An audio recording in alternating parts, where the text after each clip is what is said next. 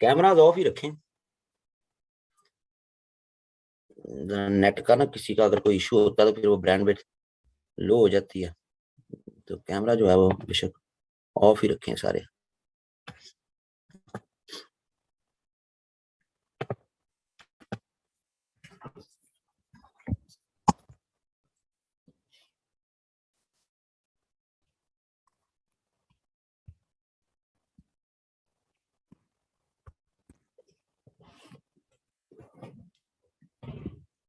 अच्छा जी, कुछ पुराने स्टूडेंट्स हैं, काफी नए स्टूडेंट्स हैं, तो एक छोटा सा ब्रीफ ओवरव्यू मैं दे दूं। पाकिस्तान अफेयर्स का सेशन जब मैं पढ़ाना शुरू करता हूँ या अनाउंस करता हूँ तो वो डिफरेंट सेगमेंट्स में डिवाइडेड होता है। एक जिसको आप प्री 1947 एरा जो है वो सारा आप कहते हैं, ये एक फेज होता है। दूसरा फिर आपकी कॉन्स्टिट्यूशनल एंड पॉलिटिकल डेवलपमेंट्स 47 से ऑनवर्ड्स, जिसमें तमाम कॉन्स्टिट्यूशनल एंड पॉलिटिकल डेवलपमेंट्स आपकी वो शामिल हैं, जिनमें कॉन्स्टिट्यूशन मेकिंग आ गई, की इश्यूज आ गए, की जुडिशियल केसेस आ गए, अमेंडमेंट्स आ गई, ये है। फिर उसके बाद कुछ ऐसे डोमेस्टिक टॉपिक्स जो मेरी दानिश में मुझे लगते हैं कि इम्पोर्टेंट है, वो कुछ डोमेस्टिक टॉपिक्स मैं करवाता हूँ। और फिर एक डिटेल्ड लेक्चर जो है वो on foreign policy of Pakistan, जो मैं एक कंप्रिहेंसिव लेक्चर जो है वो देता हूँ। ये एडिशनल मेरी तरफ से होता है कि स्टूडेंट्स को, ये मेरा फ्रेमवर्क होता है सारे का सारा। रोटेशन में जो है वो सेशंस चल रहे होते हैं। पिछला सेशन जब स्टार्ट हुआ तो वो यहाँ से हुआ, प्री 47 से। अब नए स्टूडेंट्स भी आ गए हैं बीच में साथ। अब हम ये सेकंड वाला फेज, हर फेज इंडिपेंडेंट है एक दूसरे से। जब यहाँ तक कंप्लीट हो जाएंगे तो ये पहले वाले खत्म हो जाएंगे और यहाँ से दोबारा फिर प्री 1947 एरा टिल 47 ये दोबारा आ जाएगा और यूं ये रोटेशन में चलते रहेंगे। लेकिन ये लास्ट सेशन है, क्योंकि 12 मई से पेपर हैं, तो हमारी कोशिश होगी पूरी की पूरी कि एज अर्ली एज पॉसिबल हम चीजों को कंप्लीट कर लें। हर एरिया की बुक्स डिफरेंट है, हर एरिया के सोर्सेज जो है वो डिफरेंट है। सही है जी। सो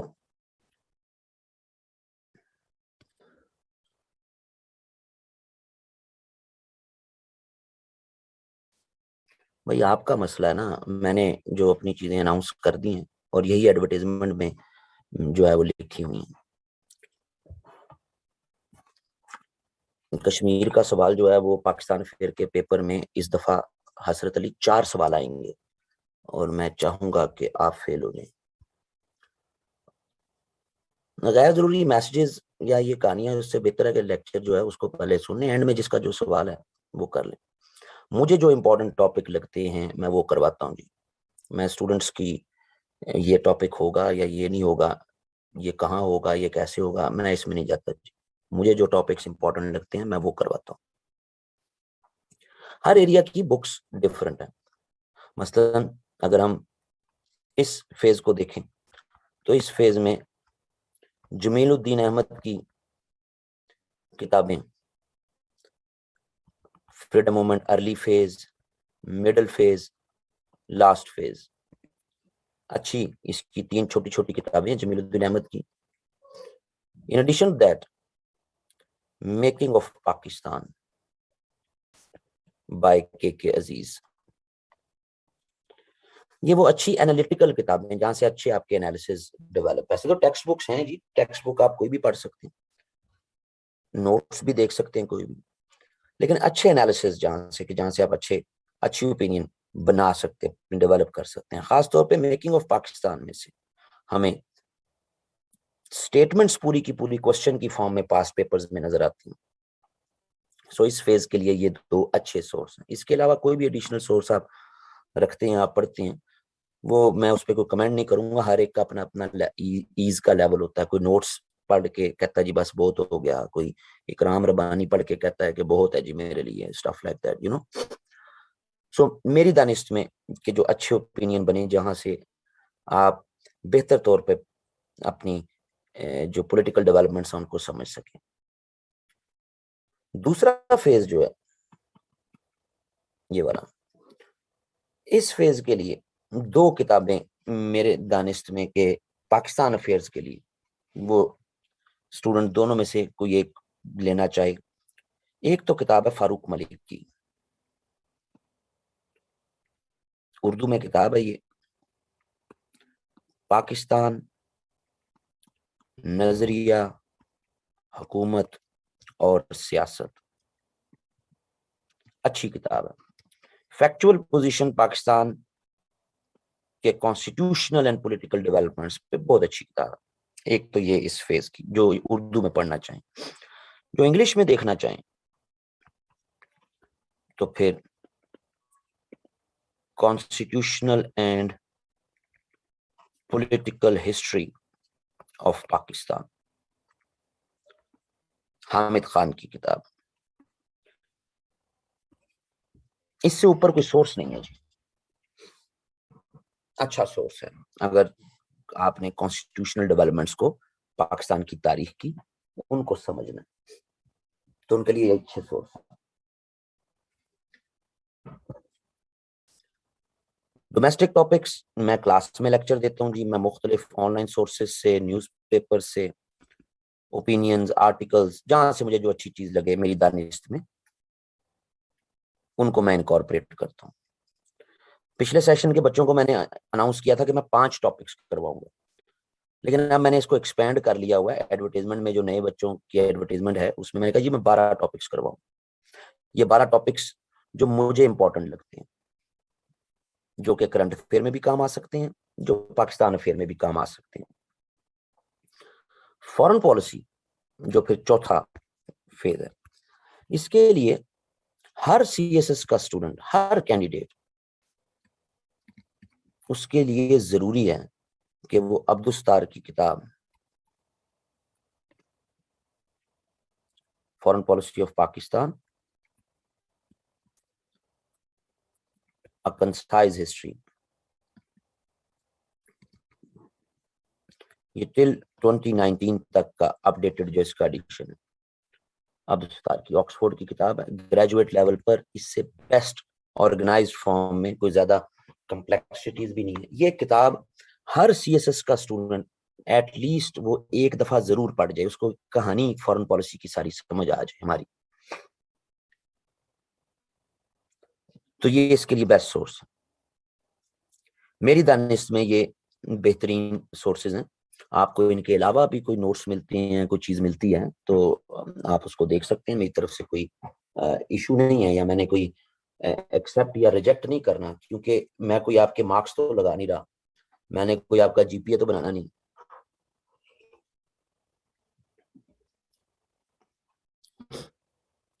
इनके अलावा अगर कोई भी सोर्स है जो आप समझते हैं कि जी मैं वो करना चाहता हूँ, तो वो कर लें, तो मेरे से उसको पूछने की जरूरत नहीं है कि ये अच्छा है ये बुरा है।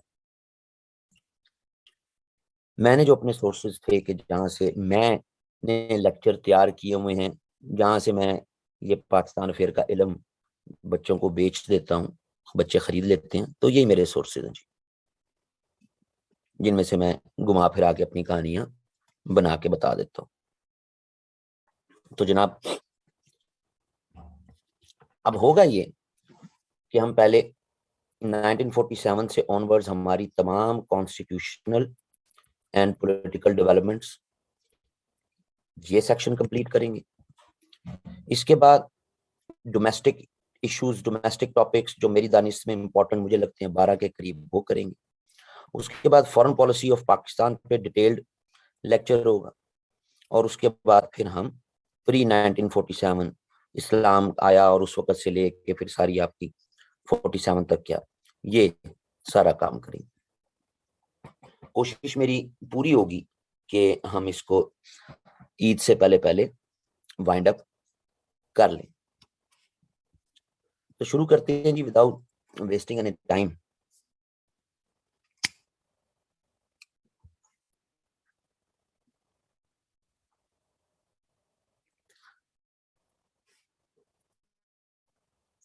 किसी का कोई इशू, कोई सवाल है यहाँ तक, अभी कोई जेन्युइन क्वेश्चन है?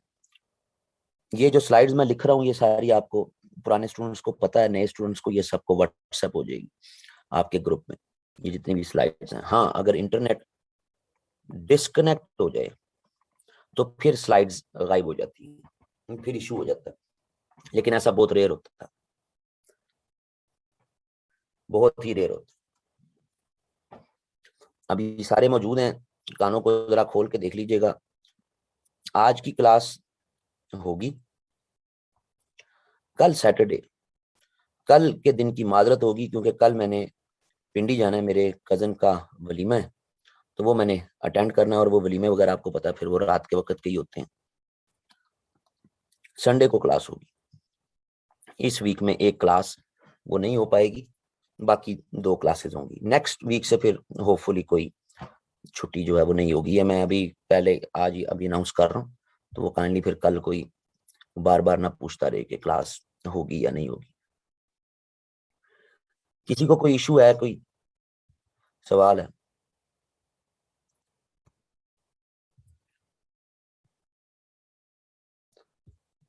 अगर कोई अपने पास्ट पेपर के क्वेश्चन की एवेलुएशन करवाना चाहता है तो वो अपना क्वेश्चन जो है वो लिख के वो पीडीएफ फॉर्म में भेज सकता है। मेरी तरफ से कमिटमेंट नहीं होती कि आपको टाइमली वापस मिल जाएगा, क्योंकि बहुत ज्यादा बिजी शेड्यूल होता है मेरा, लेकिन अगर मैं देख लूं तो मैं उसको देख के वॉइस नोट में रिप्लाई कर देता हूं।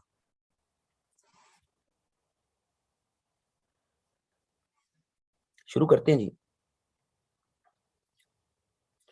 हमारा मुल्क 14 और 15 अगस्त इनके दरमियान जो है वो बना, लेट नाइट में।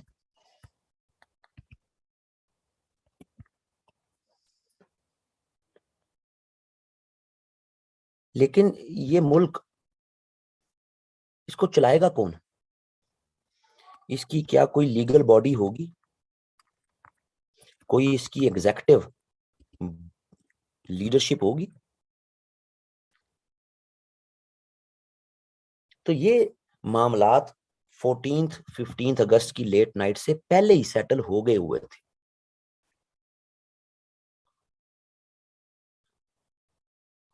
10 अगस्त को 1947 को पाकिस्तान की फर्स्ट कॉन्स्टिट्यूएंट असेंबली,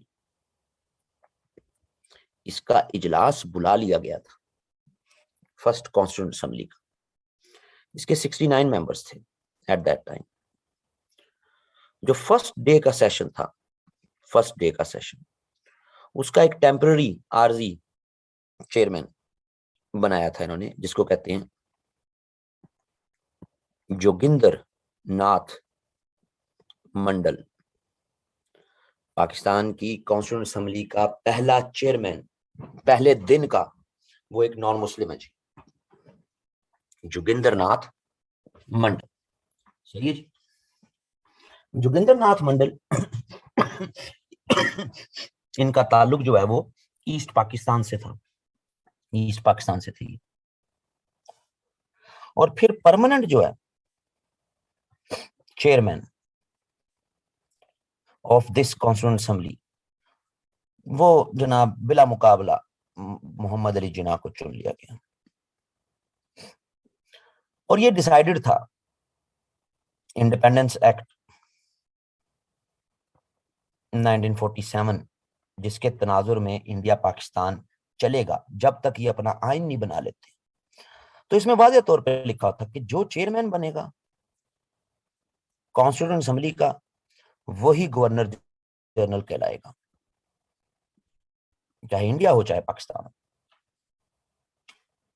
सो इस कॉन्स्टिट्यूंट असेंबली ने जो प्रेसिडेंट अपना बनाया, वो by default governor general of Pakistan कहलाएगा।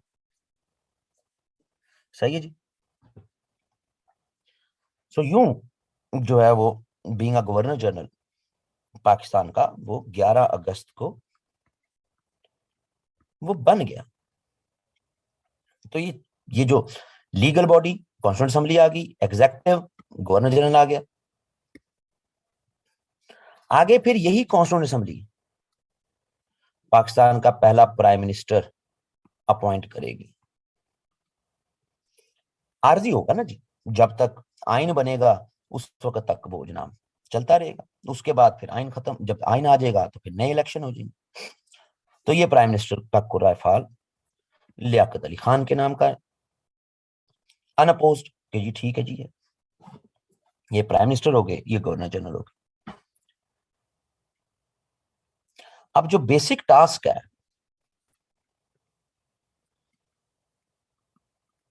कॉन्स्टिट्यूएंट असेंबली का, वो है कि इसने कॉन्स्टिट्यूशन बनाना। कॉन्स्टिट्यूशन जैसे ही बनेगा उसकी यानी कि केम इनटू फोर्स हो जाएगा, तो इलेक्शंस होंगे, इलेक्शंस के जरिए न्यू गवर्नमेंट आ जाएगी और ये कॉन्स्टिट्यूएंट असेंबली फिर ऑटोमेटिकली डिसॉल्व हो जाएगी, ऑटोमेटिकली डिसॉल्व हो जाएगी। जब ये अपना आइन बना देगी, इलेक्शन करा देगी, नई हुकूमत आएगी, तो ये ऑटोमेटिकली डिसॉल्व हो जाएगी। That's it. समझ आ गई जी? सो जनाब ये एस्पेक्ट जो है ये शुरू में ही क्लियर था जी। इनिशियली ये 69 मेंबर थे कॉन्स्टिट्यूएंट असेंबली के, सही जी। और इसके बाद जो है विद इन नो टाइम इनको 10 मेंबर्स जो है वो इंक्रीज कर दिए गए और ये 79 मेंबर्स हो गए टोटल असेंबली इनिशियली। अब जो 1947 में ये कॉन्स्टिट्यूएंट असेंबली बनी, इस कॉन्स्टिट्यूएंट असेंबली में ऑल इंडिया मुस्लिम लीग, जो अब ऑल इंडिया मुस्लिम लीग नहीं कहलाती, अब वो कहलाती पाकिस्तान मुस्लिम लीग। तो इस पाकिस्तान मुस्लिम लीग के 49 मेंबर होंगे जी, जो इनिशियली बॉडी बनी थी 49। 16 मेंबर कांग्रेस के, जो कि पहले थी पाक इंडियन नेशनल कांग्रेस, अब वो होगी नेशनल कांग्रेस ऑफ पाकिस्तान, तो उसके 16 मेंबर थे। और 4 मेंबर जो हैं ये इंडिपेंडेंट थे। सही है जी, यूं ये मिला के हो जाते हैं इनिशियली 47 के। 10 मेंबर फिर बाद में ऐड हुए, लेकिन जो शुरू के मेंबर्स थे वो सारे ये थे जी।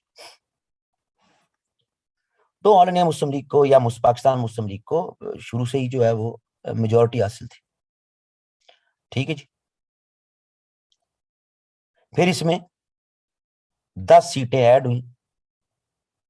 ये जो 10 सीटें ऐड हुई हैं, इनमें याद रखिएगा कि ये 5 इनमें से हमेशा ये शुरू में वेकेंट ही रही, खाली रही, 5 वेकेंट ही रही, खाली रही, और 5 फिल हुई। तो रिजल्टेंटली ये 79 की जगह यानी सीटें 74 मेंबर असेंबली में मौजूद रहते थे और 5 सीटें शुरू में वेकेंट रहती थी, बाद में भर गई ये, लेकिन इनिशियली शुरू में। अब कितने ज्योग्राफिकल एरियाज थे पाकिस्तान के, जरा पार्टी पोजीशन तो यही है ना जी। ज्योग्राफिकल एरिया वाइज किस एरिया की कितनी सीटें थी कॉन्स्टिट्यूएंट असेंबली में? तो सबसे ज्यादा सीटें ईस्ट पाकिस्तान की थी इन टोटल 79 में से, क्योंकि अब 79 होगी ना जी। अब 79 सीटों में को खाली रहे, को बंदा मर जाए, फिल ना हो, वो अलग बात है, लेकिन सबसे ज्यादा सीटें 44 थी जी ईस्ट पाकिस्तान की। दूसरे नंबर पे पंजाब की सीटें थी 22। तीसरे नंबर पे सिंध की सीटें थी 5। चौथे नंबर पर एनडब्ल्यूएफपी की सीटें थी इस असेंबली में 3। ये तो मेन स्ट्रीम आपके सूबे हो गए। इन सूबों के अलावा फिर एक सीट कोयटा कमिश्नरेट कोयटा की, कोयटा और उसके एडजेसेंट एरियाज की एक सीट। फिर states of Balochistan,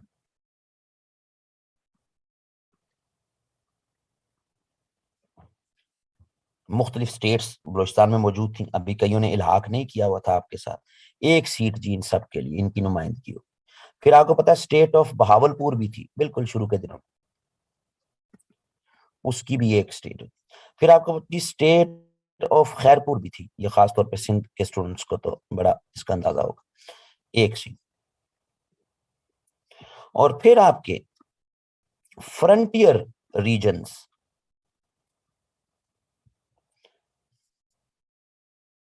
in frontier regions में जो आपके पहले आप जिनको फाटा वगैरह जो है वो कहते थे, अब तो नहीं कहते, एक सीट थी। 1 2 3 4 5, 5 और 5 10, 10 और 25, 35, 35 और 44, 79, यूं सीटें डिवाइड थी कॉन्स्टिट्यूएंट असेंबली। यानी वाज़ेह तौर पे आप कह सकते हैं अंडरस्टैंडिंग के लिए कि ईस्ट पाकिस्तान की 44 सीटें, यानी उस वक्त इसको ईस्ट बंगाल कहते थे, वैसे ईस्ट पाकिस्तान की टर्मिनोलॉजी नहीं थी, ईस्ट बंगाल।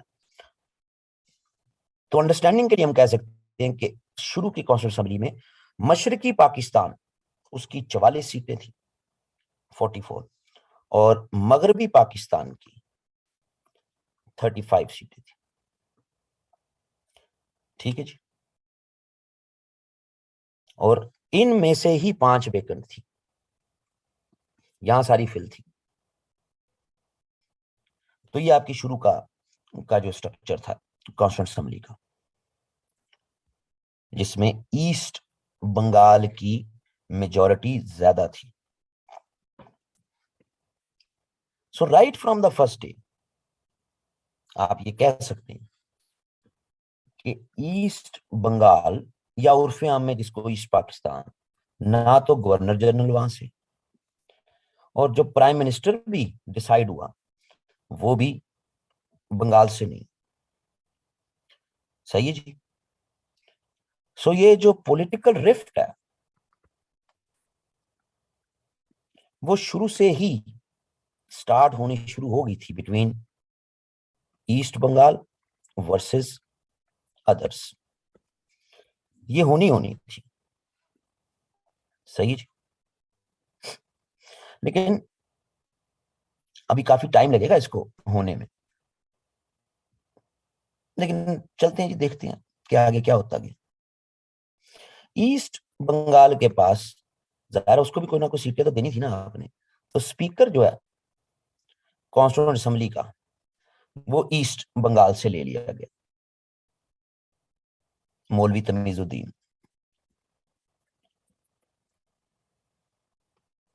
बड़ा नाम है आगे मौलवी तमीजुद्दीन का, बहुत काम होगा आगे इसका।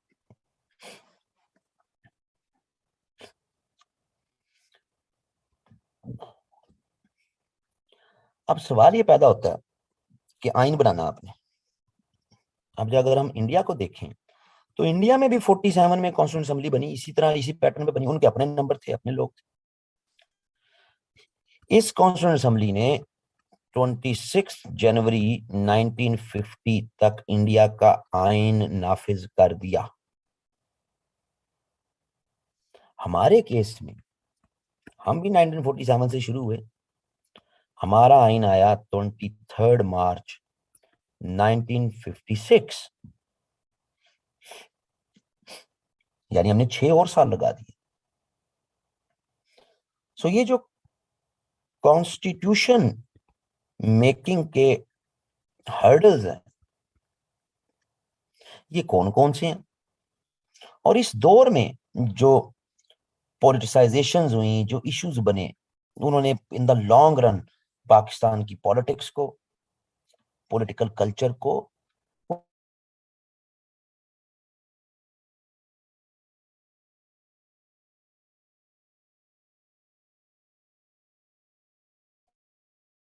कौन से, एक तो कुछ बच्चों वाली बातें हैं कि जी जो माइग्रेशन हो रही थी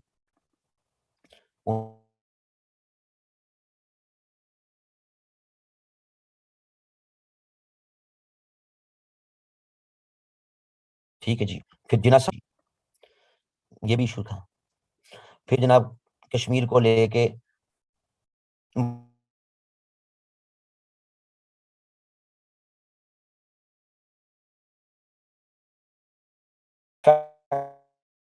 ले नजर आता है, पर ऐसी चीजें लिखने से मार्क्स नहीं मिलने कभी भी।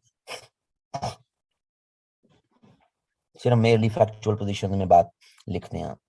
याद रखिएगा, करंट अफेयर के पेपर में, पाकिस्तान अफेयर के पेपर में आपको आर्गुमेंट्स देने हैं। वो आर्गुमेंट्स जो आपने अपने नहीं बताने, आपकी या मेरी कोई हैसियत नहीं है कि हम आर्गुमेंट्स दें। अगर हम आर्गुमेंट्स अपने बना के देना शुरू हो जाएं तो हम तो जनाब, क्या बात है, आप लोग तो फिर इल्म के समंदर हो जाए। ये बेसिकली मुख्तलिफ बुक्स, मुख्तलिफ ऑथर्स, उन्हीं के व्यूज हैं जो आपने बताने हैं। मेयरली फैक्चुअल पोजीशन बता के ये हुआ, ये हुआ, ये हुआ, ये हुआ, उससे कभी मार्क्स नहीं आते। इसका ये मतलब नहीं है कि फैक्ट्स बताने नहीं है। सीएसएस का स्टूडेंट जो है, उसका दिमाग जो है ना, वो बड़ा छोटा सा होता है कि सर ने कहा था कि ये आर्गुमेंट्स ही लिखने हैं, तो इसका मतलब ये हुआ कि फैक्ट्स नहीं लिखने। दिमाग खराब होता है ना जो। फैक्ट्स तो उन आर्गुमेंट्स में इनकॉर्पोरेट होने ही होने, लेकिन सिर्फ फैक्ट्स के साथ आप कहेंगे आप 20 नंबर का सवाल कर लेंगे, पॉसिबल नहीं सीएसएस के लेवल पे। आर्गुमेंट्स अलॉन्ग विद फैक्ट्स, तब आप एक बेहतर। तो अगर हम डिले के कॉन्टेक्स्ट को देखें कि हर्डल्स क्या थी, डिले क्या थे, क्या इश्यूज थे, तो उसमें जो पहला बड़ा इशू हमें नजर आता है वो है जनाब इस्लामिक वर्सेस सेकुलर स्टेट। ये हमारा सबसे पहला इशू।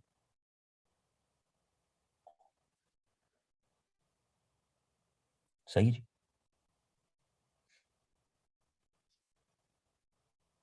ये बहुत बड़ी हीटेड डिबेट थी, खास तौर पे जो ईस्ट बंगाल से आए हुए 44 मेंबर्स थे, इनमें से 16 मेंबर्स माइनॉरिटी से थे जी, ईस्ट पाकिस्तान से आए हुए। और काफी हद तक इनको जो है रिमेनिंग जो मेंबर्स थे 28, यानी 28 मुस्लिम्स और 16 माइनॉरिटीज, तब मिला के 44, काफी हद तक उनकी सपोर्ट भी थी। और ईस्ट बंगाल से आने वाले जो मेंबर्स थे, इनका ख्याल था कि पाकिस्तान को एक सेकुलर स्टेट होना चाहिए।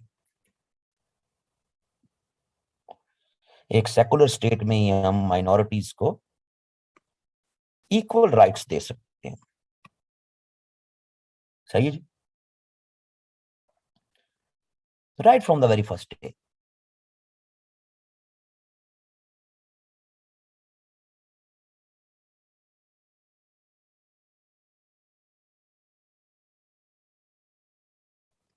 आगे चल के पाकिस्तान के प्राइम मिनिस्टर भी बने, तो उन्होंने बड़ा जोर दिया कि जनाब एक लिबरल कल्चर होना चाहिए पॉलिटिक्स का, कॉन्स्टिट्यूशन का। सो एक सेकुलर स्टेट हो, एक ऐसी स्टेट कि जिसमें रिलीजन का कोई अमल दखल ना हो रियासत के मामलात से किसी भी तरह का। ठीक है जी।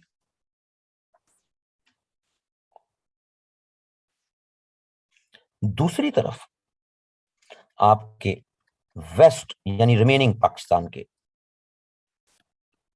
आप क्या लें आम जबान में समझने के लिए, वेस्ट पाकिस्तान। वेस्ट पाकिस्तान में जाहिर है वो सूबे थे जिनमें पंजाब, सिंध, ये वो सूबे थे कि जहां पर मुस्लिम्स को ग्रास रूट लेवल पर इकट्ठा इस बात पे किया गया था। यहाँ की जो पॉलिटिक्स थी उसमें बहुत ज्यादा कम्युनलिज्म था, मजहबी जो अंसर है वो बहुत ज्यादा रहा था। खिलाफत मूवमेंट भी इन्हीं इलाकों में ज्यादा चली थी। इकबाल और उसका इस्लामी नजरिया भी इन्हीं इलाकों में ज्यादा मशहूर हुआ था। तो यहाँ पर जो लोग थे, यहाँ पे स्लोगन चला था पाकिस्तान का मतलब क्या, ला इलाहा इल्लल्लाह, बहुत ज्यादा मशहूर हुआ था। सही है जी। यहीं से उलमा की भी एक बहुत बड़ी तादाद थी, पीरों की भी बहुत बड़ी तादाद थी।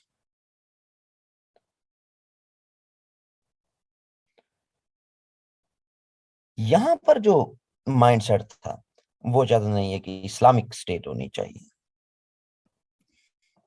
और इस ग्रुप को लीड करने वाला सबसे बड़ा जो नाम है असेंबली में, वो मौलाना शबीर अहमद उस्मानी। मौलाना शबीर अहमद उस्मानी।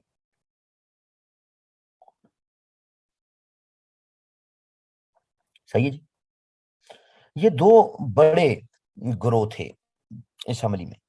एक तरफ के जो चाहते थे कि एक इस्लामिक स्टेट बने, और दूसरी तरफ ये कि एक सेकुलर स्टेट बने। तो ये right from the very first day ये इशू डेवलप हो। इनमें इनमें एक तीसरा ग्रुप था जो बिल्कुल माइनॉरिटी में था, माइनॉरिटी ग्रुप था। तीसरा ग्रुप, ये माइनॉरिटी ग्रुप में ज्यादातर वो मेंबर्स थे कॉन्स्टिट्यूंट असेंबली में जिनका ताल्लुक ना तो ईस्ट बंगाल से था बुनियादी तौर पे, ना इनका ताल्लुक वेस्ट पाकिस्तान के किसी एरिया से था। ये कॉन्स्टिट्यूंट असेंबली के वो मेंबर थे जो कि यूनाइटेड इंडिया के डिफरेंट प्रोविंसेस से 1945-46 का इलेक्शन जीते हुए थे। इनमें एक बड़ा नाम तो खुद लियाकत अली खान था। ये एक माइनॉरिटी ग्रुप था। इनका ख्याल था कि हमें एक मॉडरेट स्टेट बनानी है।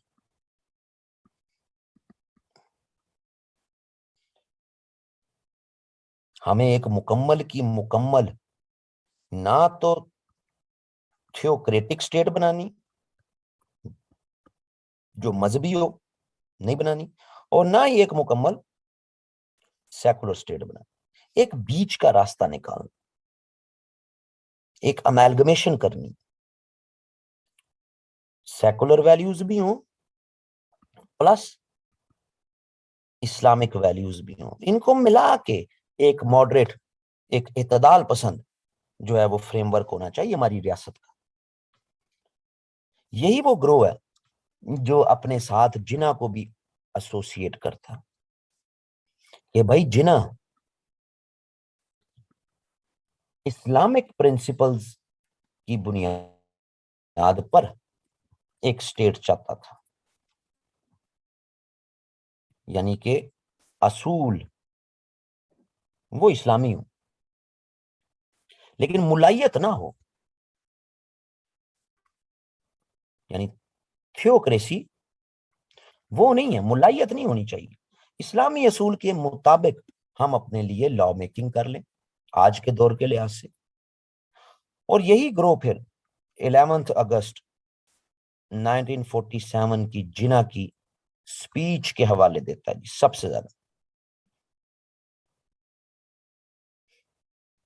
कि जिना की 11 अगस्त की स्पीच में भी वो सबको रिलीजियस फ्रीडम गारंटी करता है। उस स्पीच में वो सबको इक्वालिटी गारंटी करता है, ठीक है जी, लेकिन साथ साथ इस्लामिक प्रिंसिपल्स पे भी बात करता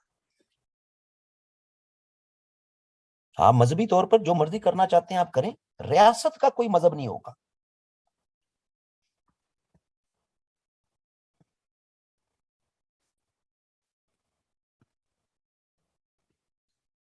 सिंपल इज दैट। अब जो थियोक्रेसी चाहते थे वो कहते थे नहीं ये भी सेकुलर ही है, कि अगर रियासत का मजहब नहीं होगा, भाई रियासत का मजहब नहीं होगा लेकिन रियासत के कवानीन, लॉज इस्लाम के असूलों के मुनाफी नहीं होंगे, लेकिन मुलायत नहीं चला देनी हमने। ऐसा काम नहीं होगा। सही है जी। सो एक बड़ा तो debate issue right from the very first day वो ये रहा। और ये जो डिबेट है ये फिर आके 12 मार्च 1949 को ये जो डिबेट है ये कंक्लूड होती है जी। ये आके खत्म होती है 1949 में कि भाई हमने करना क्या है। और उस डिबेट के एंड को आप कहते हैं objectives resolution. Objectives resolution Urdu में आप कहते हैं करारदादे मकासद। कि भाई हमारा मकसद क्या है जी, कि हमने क्यों एक जो है वो ऐसा कैसा आइन होगा हमारा, किस तरह का आइन बनाएंगे हम। ठीक है जी।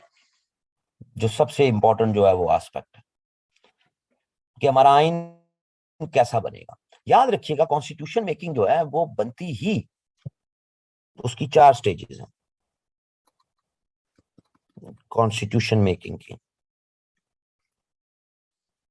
फर्स्ट स्टेज में आप नेचर सेट करते हैं, नेचर ऑफ कॉन्स्टिट्यूशन।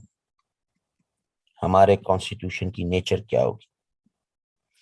दूसरी स्टेज में आप फिर स्ट्रक्चर ढांचा आइन का वो बनाते हैं। ठीक है जी। तीसरी स्टेज में आप फिर उसकी ड्राफ्टिंग करते हैं। और चौथी स्टेज में आप उसकी फिर प्रोमलगेशन नफाज करते हैं। ये 2 स्टेजेस तो कोई इतनी मुश्किल स्टेजेस ही नहीं है, ये क्वाइट इजी। असल जो इशू बनता है वो इन्हीं 2 स्टेजेस में बनता है। नेचर क्या होगी, फिर ढांचा आइन का, कितने आर्टिकल होंगे, कितनी प्रोविजंस होंगी, ये वो ब्ला ब्ला। तो हम तो इसी में फंसे रहे पहली स्टेज में। यानी तकरीबन 1.5 ईयर गुजरने के बाद हम इस नतीजे पे पहुंचे कि हमें एक मॉडरेट स्टेट की आउटलुक होगी जी हमारी। ना हम मुकम्मल सेकुलर और ना ही मुकम्मल तौर पर एक मजहबी रियासत जिसको मौलवी चलाएंगे, उलमा चलाएंगे, मुलायत जिसमें रहेगी, ऐसा भी नहीं होगा। तो हम एक मॉडरेट स्टेट बनाएंगे। ये हमने 1.5 सालों में सिर्फ nature of the constitution set की है।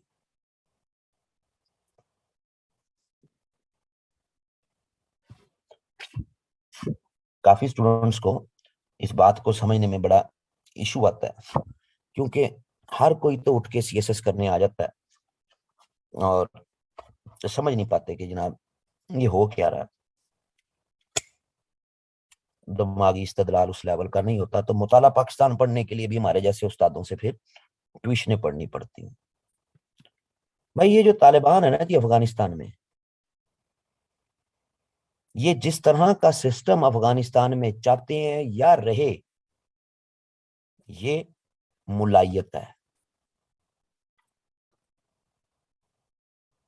ये फिक्स्ड जो पैटर्न्स 1400 साल पहले सेट हो गए, हम उसके मुताबिक ही चलेंगे। एक रिजिड पैटर्न है।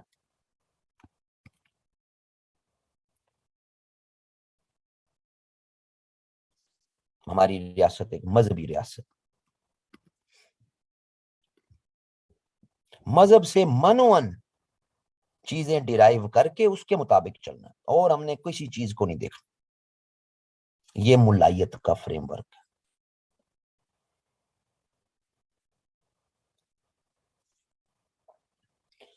यही मुलायत थोड़ी सी इंप्रूव्ड फॉर्म में ईरान में नजर आती है, जहां supreme head ayatollah as a title. तो सुप्रीम हेड आयतुल्ला ये प्रेसिडेंट से भी ऊपर है, ये आपके लेजिस्लेचर से भी ऊपर है, और ये डिटरमिन करता है कि कौन इलेक्शन लड़ेगा। सही है जी, ये सबसे ऊपर है, कॉन्स्टिट्यूशन से ऊपर है। नीचे सारा फिर वो ये 4 टर्म्स है, 4 4 साल की टर्म होगी प्रेसिडेंट की, लेकिन इस फ्रेमवर्क में रिजिडिटी कम है, लेस है। आप आज के हालात को देखते हुए, करंट कंडीशंस को देखते हुए लॉज बना सकते हैं, लेकिन पॉलिटिकल जो स्ट्रक्चर है उसके ऊपर Ayatollah he being a supreme leader वो ऑपरेट करेगा। ये लेस रिजिड है।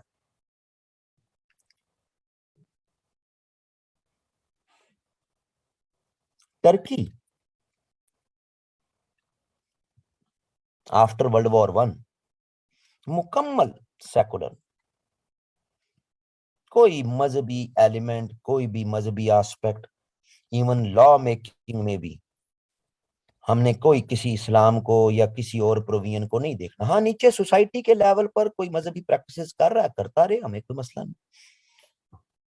ये तो अब आके फिर जब एर्दोगान आया तो उसने थोड़ा बहुत चीजों को इस्लामाइज करना शुरू किया, नहीं तो लगभग 80 70 80 साल मुकम्मल सेकुलर स्टेट, कि हमें कोई जरूरत नहीं है कि हमारी सोसाइटी के अगर कोई इश्यूज हैं, कोई प्रॉब्लम्स हैं, तो उसके लिए अगर हमने लॉज बनाने हैं तो हमें किसी मजहब से रजू करने की जरूरत ही को नहीं। हम खुद डिसाइड करेंगे आज के हालात के मुताबिक कि हमें कैसे कवानीन चाहिए। ये एक सेकुलर स्टेट की निशानी होगी। मॉडरेट स्टेट क्या है? मॉडरेट स्टेट की एक निशानी कॉन्स्टिट्यूशन के लिहाज से वो पाकिस्तान है, कि हमारा पॉलिटिकल सिस्टम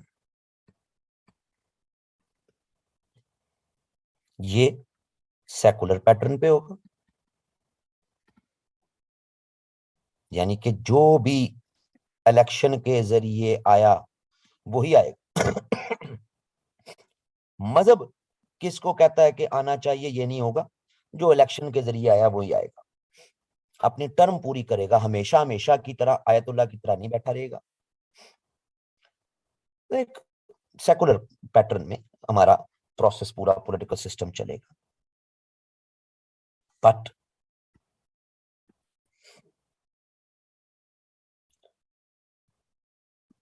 इस्लामिक वैल्यूज, ये खास तौर पे इलेक्शन से जो आपकी लेजिस्लेचर बनेगी, जो लॉ मेकिंग बॉडी होगी, ये लॉ बनाए, इसको कोई नहीं रोकेगा, बनाए लॉ, बट इस्लामिक वैल्यूज को अकाउंट फॉर करना जरूरी है कि इनके बनाए हुए लॉज गैर इस्लामी नहीं होने चाहिए।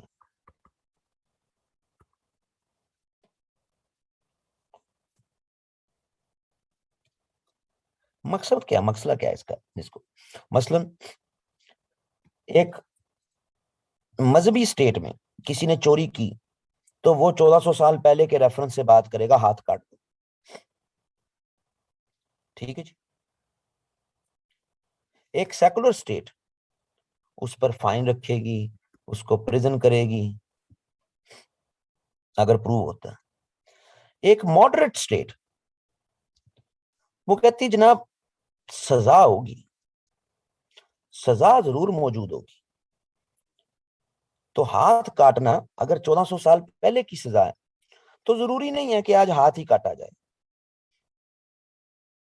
सजा जरूर रखनी है जिस तरह के एक सेकुलर में है, लेकिन ये सजा गैर इस्लामी नहीं होनी चाहिए।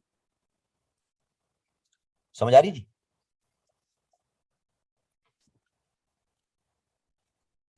किसी भी तरह।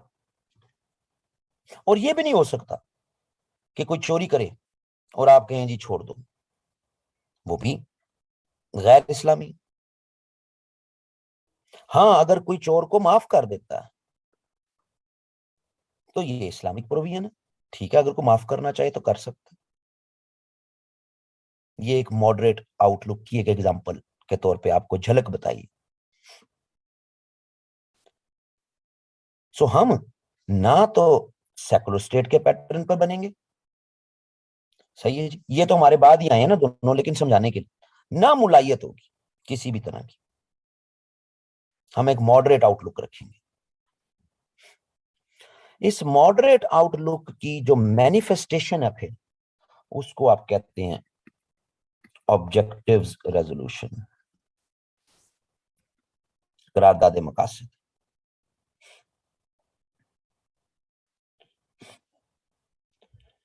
इस करारदाद मकासद में आप कहते हैं कि हमारी डेमोक्रेटिक एंड रिपब्लिकन फॉर्म की गवर्नमेंट होगी जी, हमारी जमहूर होगा जी। जमहूर का मतलब है कि रोटेशन इन ऑफिस होगा जी, एक बंदा जिस टर्म के लिए आया है उसमें होगा, फिर इलेक्शन होंगे, अगला बंदा आएगा। इसमें तय हो गया जी कि पाकिस्तान एक federal form of federal form of government, federal system आप कह रहे हैं जी, पाकिस्तान में होगा जी, वफाकी तर्ज हुकूमत होगी जी पाकिस्तान। फेडरेशन इसलिए होगी क्योंकि काफी छोटे छोटे रीजन, डिवाइडेड रीजन हैं, तो सबकी एक फेडरेशन में फिर इक्वल रिप्रेजेंटेशन बन जाती है, सब अपने आप को बराबर शुमार करते हैं। ठीक है जी। फिर उसके बाद हम कंप्लीट तौर पर जनाब ये समझते हैं कि इंडिपेंडेंस होनी चाहिए ऑफ जुडिशरी, हमारे मुल्क के आइन में अदलिया आजाद होगी मुकम्मल तौर पर। जी ठीक हो गए, अच्छी बात। लॉ मेकिंग कौन करेगा जी? आइन के मुताबिक जी लॉ मेकिंग, कानून कवानीन कौन बनाएगा कानून? तो वो जनाब लोगों के इलेक्टेड रिप्रेजेंटेटिव्स, वो कानून बनाएंगे, लोगों की आवाम की तरफ से आने वाले रिप्रेजेंटेटिव्स वो कानून बनाएंगे। अच्छा जी, अभी तक की जो बातें नजर आ रही हैं ये तो एक यानी एक सेकुलर टेंडेंसी, इसमें कहीं पर भी कोई जो है वो रिलीजन की तो बात ही को नहीं ना जी, किसी भी तरह की, समझ आ रही जी। फिर इसके बाद अगली बात, अगली बात ये जनाब कि इस्लामिक वैल्यूज वो भी मौजूद रहेंगी, एक इस्लामिक एनवायरनमेंट उसको क्रश नहीं किया जाएगा किसी भी तरह इस मुल्क में।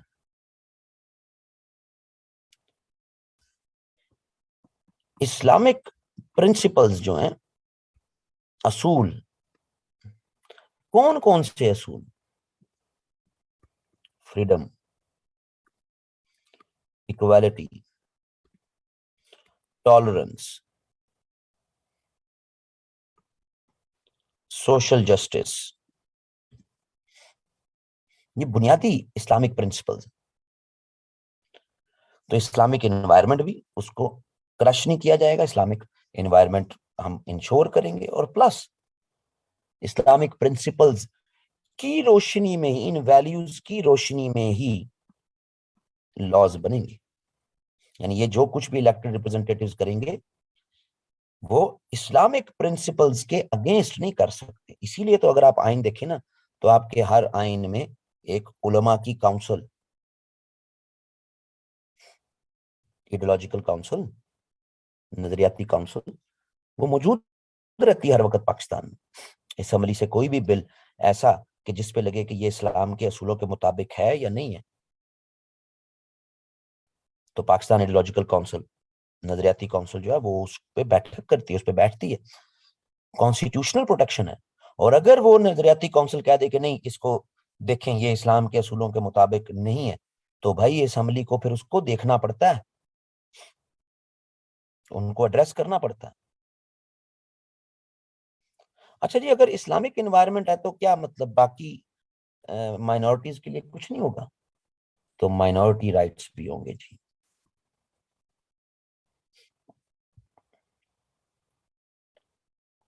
Complete protection. वो अपनी रिलीजियस फ्रीडम इंजॉय कर सकेंगे जी इस मुल्क में। वो अपनी रिलीजियस ऑब्लिगेशंस पूरी कर सकेंगे जी इस मुल्क में। सही है जी।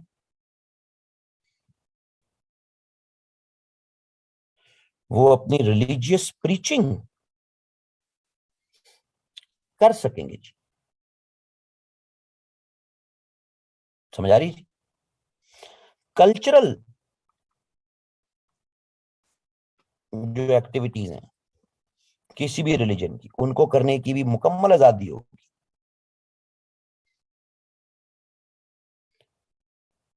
फिर उसके बाद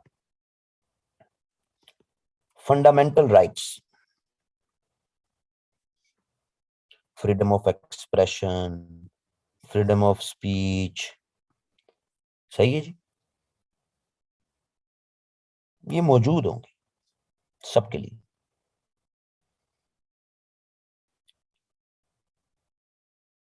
सो ये जनाब आपका एक बेसिक ऑब्जेक्टिव रेजोल्यूशन का इनिशियल स्ट्रक्चर था, जिसमें के इस्लामिक एस्पेक्ट्स, फिर जिना की स्पीचेस से भी कुछ चीजें डिराइव्ड हुई, जो ऑब्जेक्टिव रेजोल्यूशन का पार्ट तो नहीं है लेकिन आगे फिर आइन का जो है वो हिस्सा बनी। इस्लामिक प्रिंसिपल्स ऑफ इकोनॉमी वो भी इनकॉर्पोरेट करेंगे। गो के ये क्वेश्चन मार्क है, हो भी सके कि नहीं हो सके। Islamic principles of economy. सही है जी। खैर जी, आपकी ये पहली जो करारदादे मकासद है,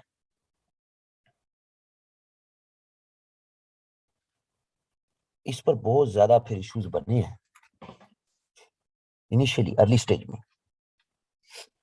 बहुत ज्यादा इश्यूज बने इस पे। पहली तरफ तो जो आपके उलमा थे, उलमा ने इसको क्रिटिसाइज किया। क्रिटिसाइज इस तरह किया कि जी माइनॉरिटीज को आपने इक्वल राइट्स दिए हुए, यानी कि लॉ मेकिंग में भी वो मौजूद होंगे, एग्जेक्टिव में भी वो मौजूद होंगे। तो दूसरी तरफ आप कहते हैं कि लॉ मेकिंग इस्लाम के प्रिंसिपल्स के अगेंस्ट नहीं होगी। तो ये कैसे वो लॉ मेकिंग कर सकते हैं कि जो इस्लाम के प्रिंसिपल्स के मुताबिक हो? हमें तो एक इस्लामिक सिस्टम राइज करना है पाकिस्तान में, और उसमें कैसे पॉसिबल है कि आप नॉन मुस्लिम्स को की पोस्ट पर प्रेसिडेंट बना दें, आप चीफ ऑफ आर्मी स्टाफ बना दें, प्राइम मिनिस्टर बना दें कि जी सबके लिए बराबरी के मौके हैं, जो वोट ज्यादा लेके आए जी असम्बलियों से ज्यादा ले ले, फेवर ले ले तो जी बन जाएगा। ये तो नहीं, हमें तो एक इस्लामिक सिस्टम बनाना है, एक इस्लामी निजाम राइज करना है।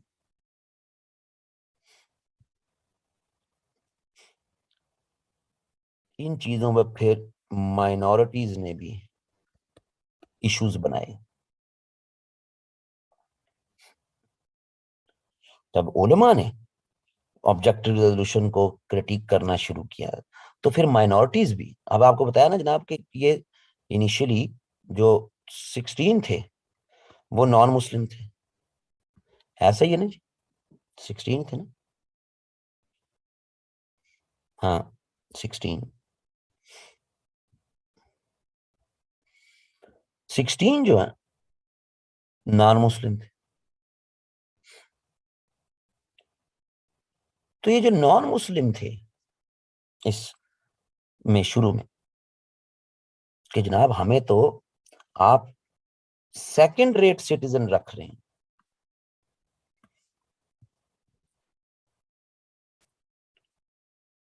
क्यों सेकंड रेट सिटीजन रख रहे हैं? अब यहां पर आ रहा है ऑब्जेक्टिव रेजोल्यूशन का वो पॉइंट कि जिस पर सबसे ज्यादा माइनॉरिटीज को इश्यू था, और उस पॉइंट को इनकॉर्पोरेट किया गया था उलमा को खुश कर रखने के लिए। इन सारे पॉइंट्स ये जो हमने किए ना जी, इनके अलावा वो अब बारी आएगी इसको समझने की। और पॉइंट था रिलेटिंग टू सॉवरेनिटी।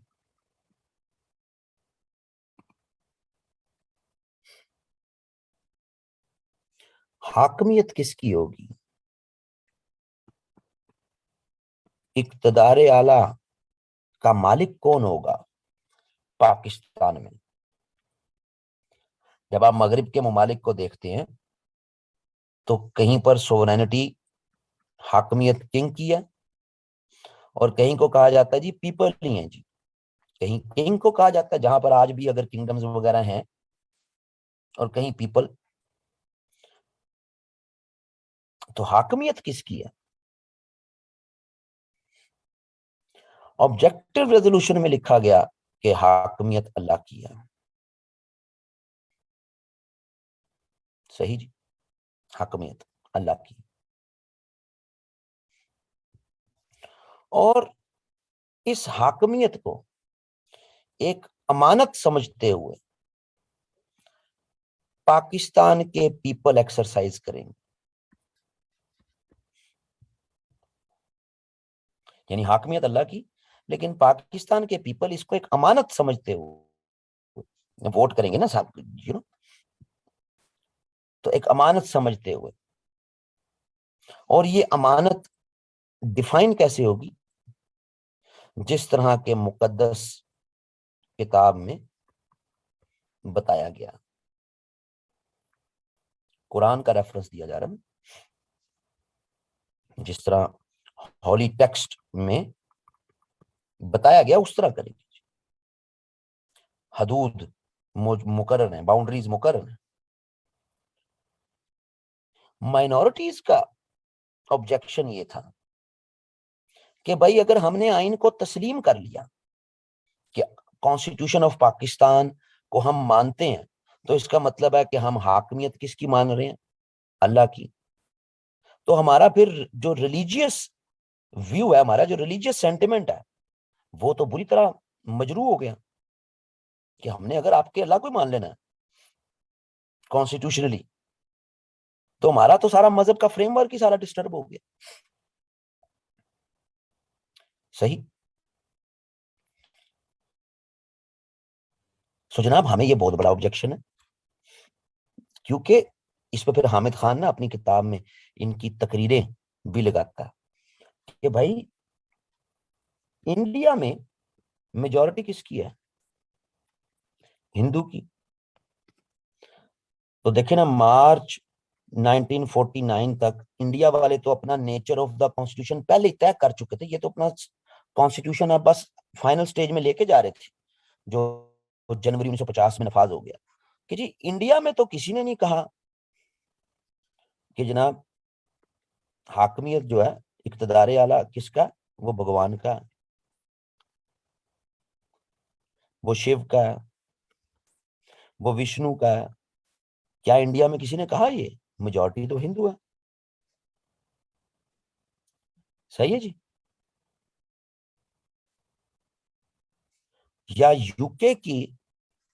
यूके में, वहां तो किसी ने नहीं कहा कि हाकमियत जो है वो ट्रिनिटी की है, क्योंकि ये क्रिश्चियन है।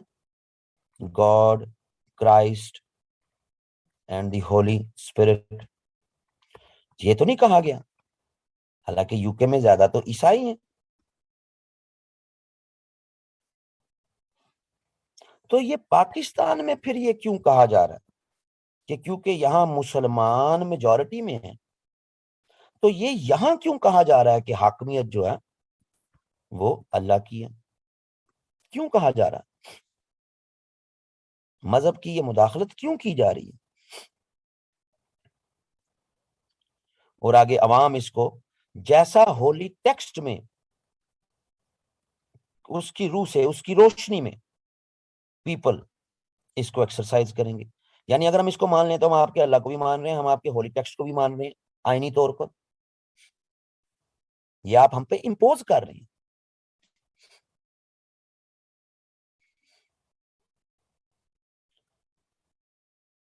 काफी ज्यादा इस पर इशू हुए, बहुत ज्यादा। सही जी। एक नॉन मुस्लिम जो मेंबर था, उसने तो यहां तक कह दिया कि जी ठीक है, सब कुछ ठीक है, लेकिन ये जो आप कहते हैं ना as mentioned in holy text, जैसा कि इस्लाम या उसकी इल्हामी किताब में सबक दिया गया है उसके मुताबिक इसको निकाल दें बस। अच्छा, मजे की बात, उलमा भी इस पे खुश नहीं थे कि हाकमियत अल्लाह की है, तो लोग अमानतन क्यों जी एक्सरसाइज करेंगे? लोगों को आप कैसे इतनी पावर दे सकते हैं कि वो अल्लाह की हाकमियत को अमानतन एक्सरसाइज करें? तो उलमा को भी इश्यूज थे।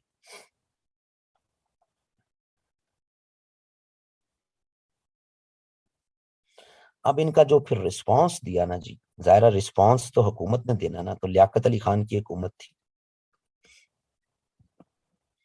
बड़ा खूबसूरत रिस्पांस है लियाकत अली खान का। लियाकत अली खान की इस जो स्पीच है, जो उन्होंने उधर की असम्बली में, जिसके बाद फिर लाहौर रेजोल्यूशन पास हो गया, लियाकत अली खान ने कहा कि भाई जो माइनॉरिटीज है ना, ये एक बात को समझें कि हम एक रिलीजन को, रिलीजियसली, आप कह रहे हैं रिलीजियसली डोमिनेटेड स्टेट, ये नहीं बना रहे हम। आप ये मत समझें, हम एक ऐसी स्टेट बना रहे हैं जिसमें हम ये समझते हैं कि इस्लामिक प्रिंसिपल्स, इस्लामी असूल, और वो वाज़ेह कर दिए गए हैं। उन असूलों में कोई आपसे गलत बात तो नहीं की जा रही। ये वो असूल है जो कि दुनिया सारी फॉलो करती है भाई, freedom, equality, tolerance, social justice. तो इस्लामी असूलों के मुताबिक हमारी स्टेट चलेगी, मतलब हमारी स्टेट में टॉलरेंस होगा, मतलब हमारी स्टेट में सोशल इक्वालिटी होगी, मतलब हमारी स्टेट में अपॉर्चुनिटीज होंगी, रिस्पेक्ट होगी सबकी। ये बात समझ आ रही है जी? सो आप घबराएं मत कि आप पर कोई एक मजहब इम्पोज किया जा रहा है रियासत की तरफ से, नहीं, बल्कि मजहब नहीं इम्पोज किया जा रहा, बल्कि एक निजाम है जिसके पॉइंट्स सारे वाजिया कर दिए गए। आपकी मजहबी आजादी कोई नहीं छीन रहा। सो यहां से फिर हमारी हिस्ट्री में एक बहुत बड़ी डिबेट स्टार्ट होती है, जिसको आप कहते हैं religious state versus Islamic state. कि एक इस्लामिक स्टेट वो स्टेट है कि जो कवान जिस जो असूलों पर, इस्लाम के असूलों पर मुरतब होती है। रिलीजियस स्टेट वो है जो 1400 साल पहले के कवानीन, जो 1400 साल पहले बना दिए हैं, बस हमने उसके मुताबिक चलना। ये बहुत बड़ा फर्क है। तो हम एक रिलीजियस स्टेट नहीं बना रहे, हम इस्लामिक वैल्यूज पर मबनी एक स्टेट बना रहे हैं, और वो वैल्यूज हमने कुछ छुपाई नहीं है, हमने वो भी मेंशन कर दी हुई है। उन वैल्यूज में आपको इतराज है तब बात करो।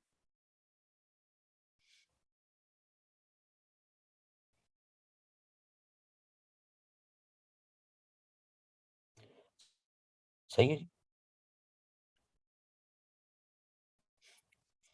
लियाकत अली खान की तकरीर में उन्होंने बताया कि हम जो पॉलिटिकल सिस्टम पाकिस्तान में चाहते हैं, जो निजाम पाकिस्तान में चाहते हैं, वो Islamic values plus western values, इनका कॉम्बिनेशन होगा।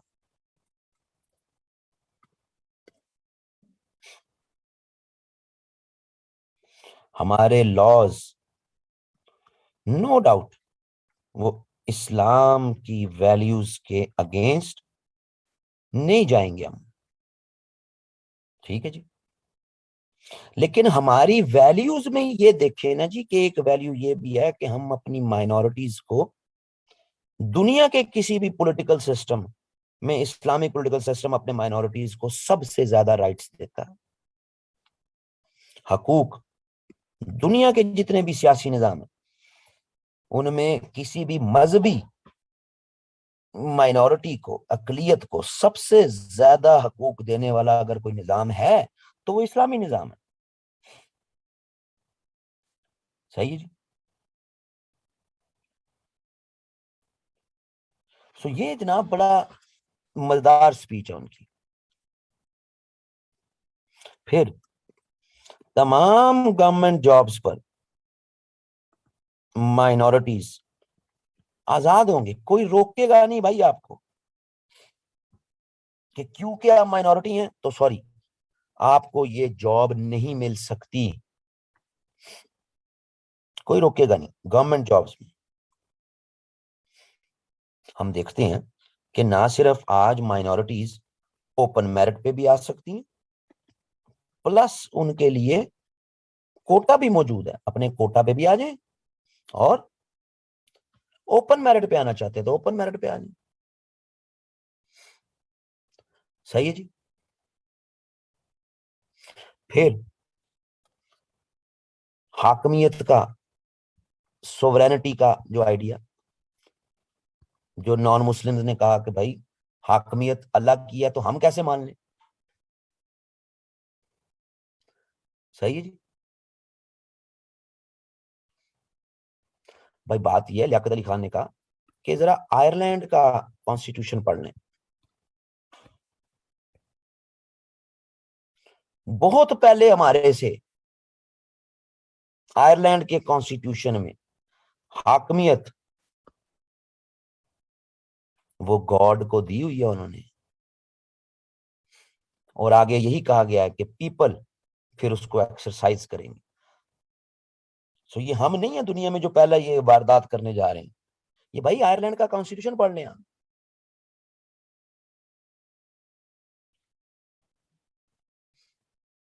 समझ आ रही जी।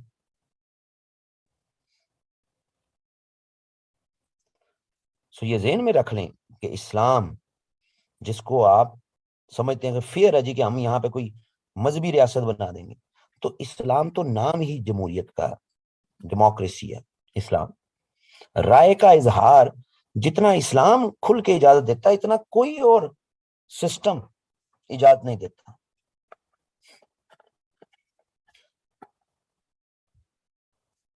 सो काफी कन्विंस किया लियाकत अली खान की इस तकरीर ने, और रिजल्टेंटली ये पास हो गई। ऑब्जेक्टिव रेजोल्यूशन, ये आपका पहला फेज था, पहली चीज थी कि भाई हमारा मसला ही बड़ा संगीन था, सबको सेम पेज पे लेके आना था कि भाई ताकि ये क्लियर हो कि आप इस्लामी रियासत बनाना चाहते हैं या सेकुलर रियासत बनाना चाहते हैं। सही है। तो पहला बड़ा मसला यही था जिसको एड्रेस किया गया। क्लियर होता है जी।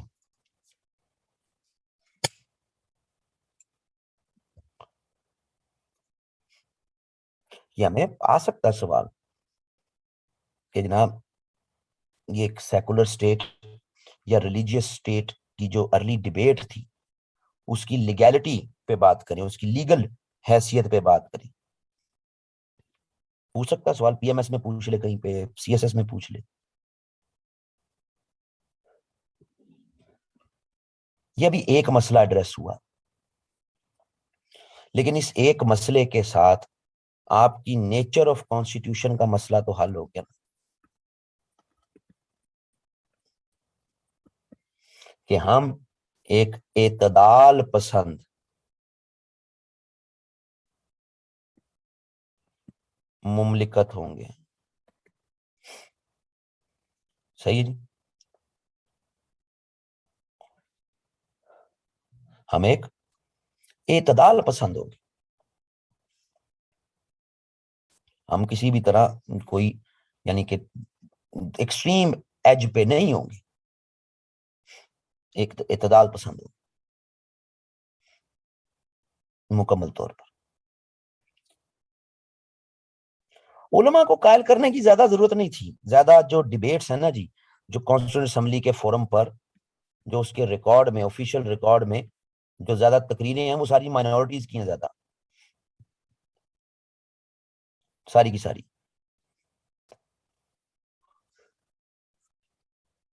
उलमा के कन्विंस करने के लिए तो उसका एक स्टेटमेंट ही बहुत है कि हाकमियत तो, ये लियाकत अली खान की स्पीच से है कि हाकमियत तो खुदा की है। तो क्या उस्मान को खुदा ने अपॉइंट किया था या अली को खुदा ने अपॉइंट किया था? हुए तो ये इलेक्शन ही थे। चाहे 6 लोगों ने, 7 लोगों ने, 8 लोगों ने, 9 लोगों ने, 10 लोगों ने अपनी राय का इजहार किया था, जमहूर था, राय का इजहार किया।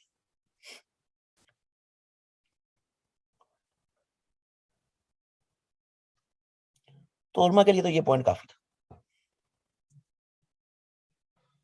तो एक तो बड़ा इशू ये कि हम सेकुलर होंगे या हम एक मजहबी रियासत होंगे, तो एक मॉडरेट स्टेट होंगे। ये तो पहले दिन से ये बात क्लियर हो गई, नेचर तय हो गई।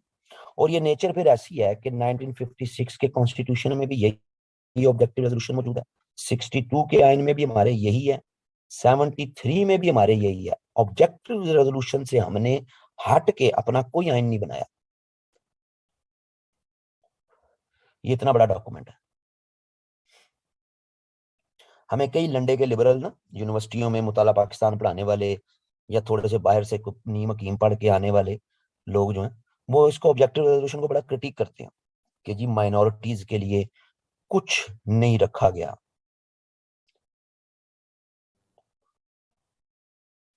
कि जी माइनॉरिटीज में से कोई इस मुल्क का प्रेसिडेंट नहीं बन सकता, माइनॉरिटीज में से कोई प्राइम मिनिस्टर नहीं बन सकता, चीफ ऑफ आर्मी स्टाफ नहीं बन सकता। सही है जी। जब तक भगवान दास नहीं आया था, तब तक तो ये भी कहते रहते थे कि जनाब चीफ जस्टिस नहीं बन सकता कोई हिंदू। क्रिश्चियंस में तो पास में बना हुआ है कॉर्नेलियस, 1960s में, कि जी कोई हिंदू नहीं बन सकता।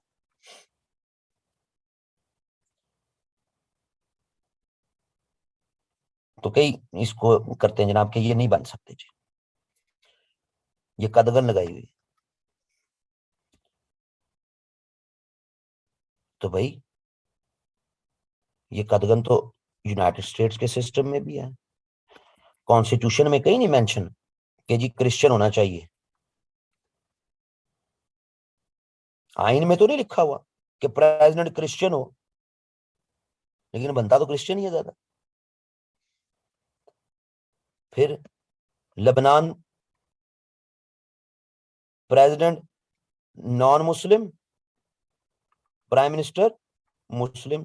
चेक कर लें आप लेबनान, सबसे ज्यादा पॉलिटिकल क्योस अगर किसी भी मुस्लिम मेजॉरिटी मुल्क में है तो वो लेबनान है।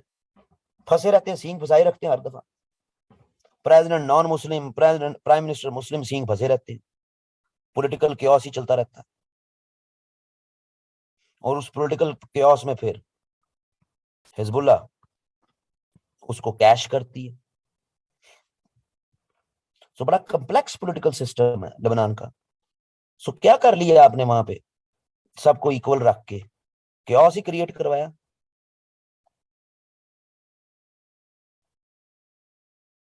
कोई आप एक सिंगल कंट्री की एग्जांपल दे दें जनाब फिर, कि जहां पर सबके लिए इक्वल जो मौका हो, बीइंग प्रेसिडेंट बनने का भी, प्राइम मिनिस्टर बनने का भी, चीफ बनने का भी, है जी, फौज का, और मुख्तलिफ मजाहिब से लोग आ रहे हो और क्योस ना हो। हाँ, किसी ऐसे मुल्क में हो सकता है जहां पर सेकुलर कॉन्स्टिट्यूशन, उसकी नेचर कॉन्स्टिट्यूशन की सेकुलर हो।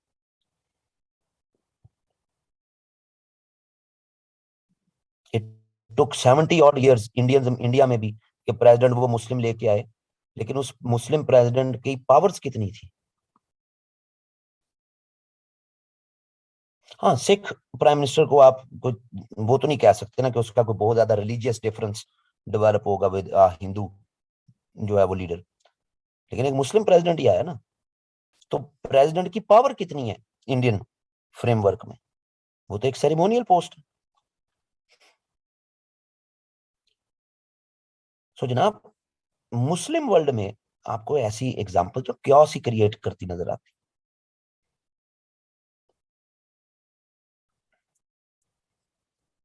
एनीवेज, ये तो था आपका पहला बड़ा इशू जिस पर आपकी ऑब्जेक्टिव रेजोल्यूशन बन गई। अब जब ऑब्जेक्टिव रेजोल्यूशन बन गई तो नेचर सेट हो गई है, तो अब बनेगा स्ट्रक्चर, स्ट्रक्चर ऑफ कॉन्स्टिट्यूशन। आइन आगे बनाना कैसे है, कितनी असेंबली के मेंबर होंगे, प्रेसिडेंट कैसा होगा, प्राइम मिनिस्टर कैसा होगा, कितने आर्टिकल्स होंगे, सूबों को खुद मुख्तारी मिलेगी नहीं मिलेगी, और बहुत सी चीजें। सही है जी।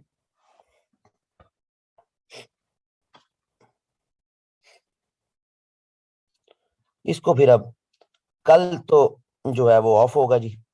मैं पिंडी में होऊंगा, मेरे कजन की वो है वलीमा है, वो जाना बड़ा जरूरी है। कोई भी नहीं जा, आज भी मैं आज ही जाना था मैंने, लेकिन आज क्योंकि सेशन अनाउंस था, उसकी पहले 4-5 मार्च की शादी थी, फिर आगे बढ़ गई एक हफ्ता।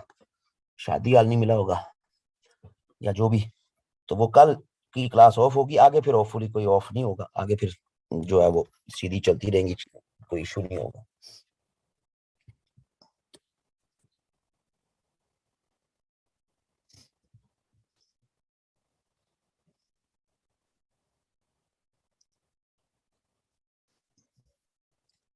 जी जी, मैं शेयर कर देता हूँ।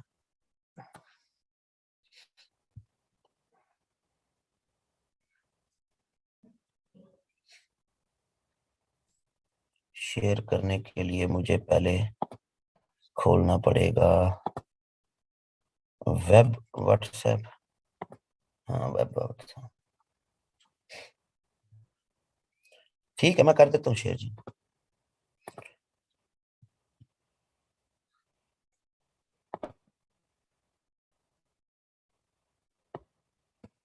ओके जी।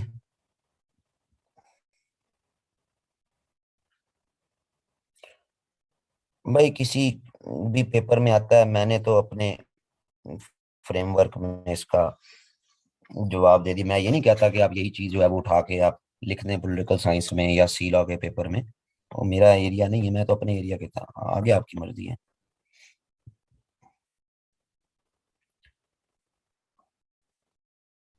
बुक्स रिकमेंड कर दीजिए, मैंने शुरू में बता दी हुई है किताब में, आपके पास स्लाइड्स आएंगी, आप देख लीजिएगा। सोर्स मैंने शुरू में बता दी है।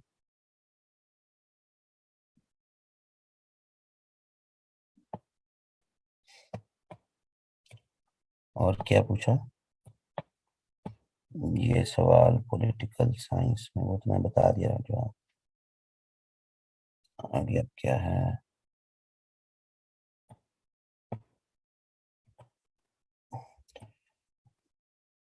और please guide about MCQ preparation. Ratte मार ले भाई एमसीक्यू प्रिपरेशन के। मैं कोई रट्टे वाली चीजों को रिकमेंड नहीं करता। मैं तो कहता हूँ आपकी किसी भी सोर्स की अगर 2-3 किताबों की अच्छी एक गो थ्रू आपने किया हुआ है, उससे पॉइंट्स आपने बना लिए हुए हैं, तो फिर वो जैसा मर्जी आपसे ऑब्जेक्टिव पूछे। लेकिन बच्चे जो है वो ज़ाहिर है इसको रट्टे मारने वाली तबीयत होती है उनकी, तो वो तो अभी जो स्क्रीनिंग टेस्ट की भी किताबें कुतुब भी आएंगी, कोई देख लें रट्टे मार लें। मैं कोई अलहदा से एमसीक्यू की तैयारी रट्टे मार के याद करने इनके हक में नहीं। अगर आपने पढ़ा हुआ है तो आप मोस्ट ऑफ द केसेस में अच्छे ऑब्जेक्टिव निकाल सकते हैं।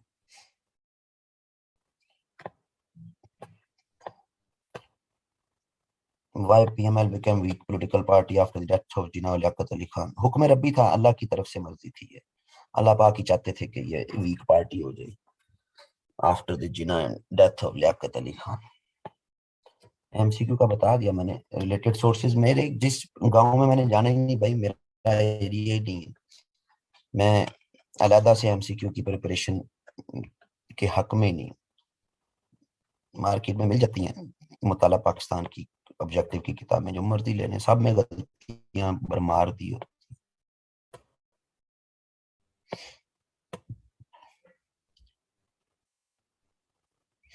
सर पीएमएस और सीएसएस के पेपर स्ट्रक्चर के बारे में कुछ बता दें। A4 पेपर होता है, कभी कभी लीगल साइज का भी पेपर होता है, ब्लैक रंग का पेपर होता है, ब्लैक रंग की प्रिंटिंग हुई होती है। राइट साइड पे कॉर्नर पे आपको अपना रोल नंबर लिखना होता है, नाम नहीं लिखना होता। कोई 25% पेपर पे इंस्ट्रक्शंस दी होती हैं, और नीचे फिर आपके 7 सवाल दिए होते हैं। हर सवाल से पहले क्वेश्चन नंबर दिया होता है, और आपको लिखा होता है ऊपर के इसमें से आपने 4 सवाल करने। ठीक है जी, स्ट्रक्चर स्ट्रक्चर ही पूछा ना आपने, पेपर का बता दिया मैंने। नुकीले शेप का white paper, sometime cream colour का भी होता है। Survive we call India great democratic country, आप ही कहते होंगे भाई, मैं तो नहीं कहता। अगर आप कहती हैं तो फिर मैं तो नहीं कहता। हाँ जी, स्लाइड्स मिल जाएंगी आपको। Sir current affair schedule kindly Wahid से रब्ता करें।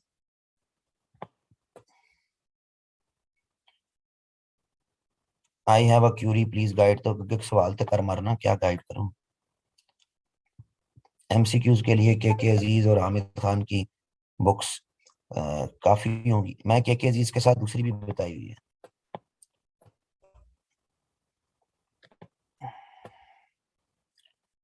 सर सीएसएस पीएमएस के टॉपिक सेम होंगे सर, प्लीज एमएस पीएमएस के हवाले से थोड़ा गाइड कर दें पाक फेयर के लिए। हाँ वेरी गुड नूरी साहब। नूरी साहब इसके लिए आप अपना कैमरा जरा ऑन करें, मैं ना आपकी शक्ल देखना चाहता हूँ। शक्ल देख के फिर मैं इस सवाल का जवाब दूंगा कि पीएमएस जो पाकिस्तान अफेयर जो है वो, और सीएसएस के पाकिस्तान अफेयर, ऐसे नहीं मैं गाइड करूंगा। इसके लिए मैं आपका चेहरा देख के फिर मैं सवाल का जवाब दूंगा। कभी कभी उस्ताद की छोटी छोटी मासूमाना ख्वाहिशें पूरी कर देनी चाहिए। अच्छा जी।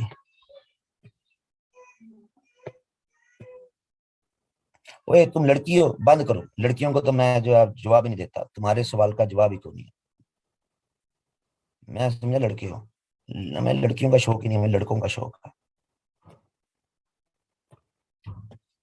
पीएमएस का सीएसएस और पाकिस्तान, और जो सीएसएस का सीएसएस है, इसमें पहला फर्क तो ये है कि सीएसएस का सीएसएस पाकिस्तान 14 अगस्त 1947 को बनाता है। पीएमएस का जो पाकिस्तान अफेयर्स है, और जो सीएसएस का पाकिस्तान अफेयर्स है, वो पाकिस्तान 14 अगस्त 1947 को बनाता है। There's a huge difference। गहरी बात है, इसको जरा समझिएगा।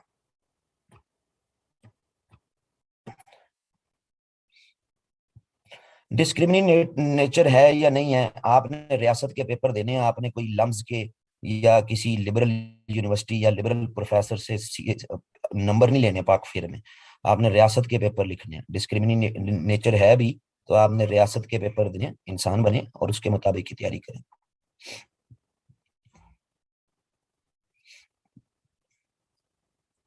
उलमा के लिए एक पॉइंट काफी था कि इस्लाम में जमूर है, जिसको कोई रिजेक्ट नहीं कर सकता।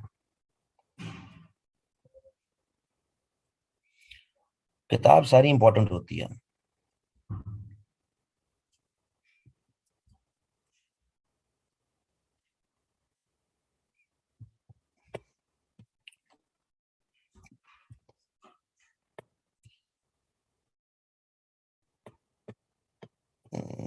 और किसी का कोई सवाल, कोई इश्यू? कोई नहीं।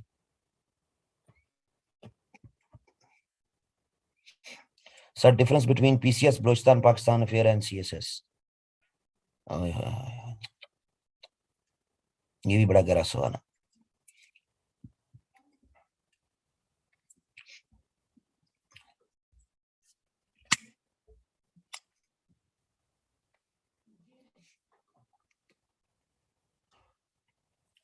और कोई फर्क नहीं आए, पाकिस्तान अफेयर्स सारी जगह पर एक ही फ्रेमवर्क है।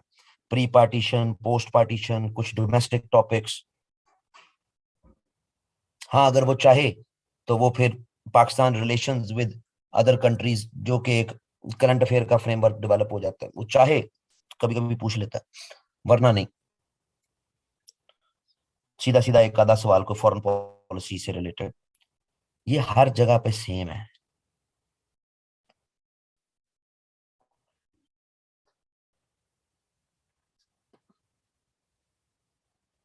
समीर साहब, मैं मैट्रिक का उस्ताद नहीं हूं कि चैप्टर्स बता दें। किताब पढ़ें, किताब नहीं पढ़ सकते तो ना पढ़ें। पूरी किताब में हर चैप्टर की बिगिनिंग में ऑब्जेक्टिव रेजोल्यूशन नहीं लिखा, एक ही चैप्टर है।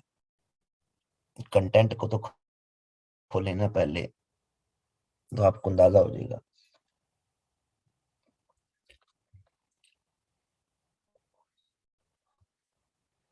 रिपब्लिक और डेमोक्रेसी में फर्क होता है जी। रिपब्लिक जमहूर, डेमोक्रेसी जमहूरियत। जमहूर में मतलब रोटेशन इन ऑफिस होगा, हमारा कोई किंग नहीं होगा। डेमोक्रेसी, हम उस जमहूर में अपना बंदा, अपना रूलर कैसे इलेक्ट करेंगे। वो हमारी डेमोक्रेसी डायरेक्ट भी हो सकती है, इनडायरेक्ट भी हो सकती है, पार्लियामेंट्री भी हो सकती है, प्रेसिडेंशियल भी हो सकती है, लेकिन होंगे हम जमहूरी, होंगे रिपब्लिक ही।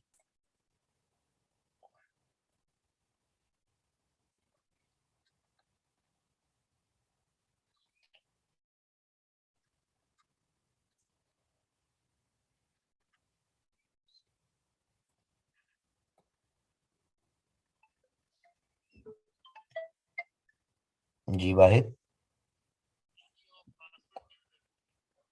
ओके, मैं पाक फिर की क्लास खत्म कर लूँ, फिर मैं भेज। ओके जी, बाय बाय।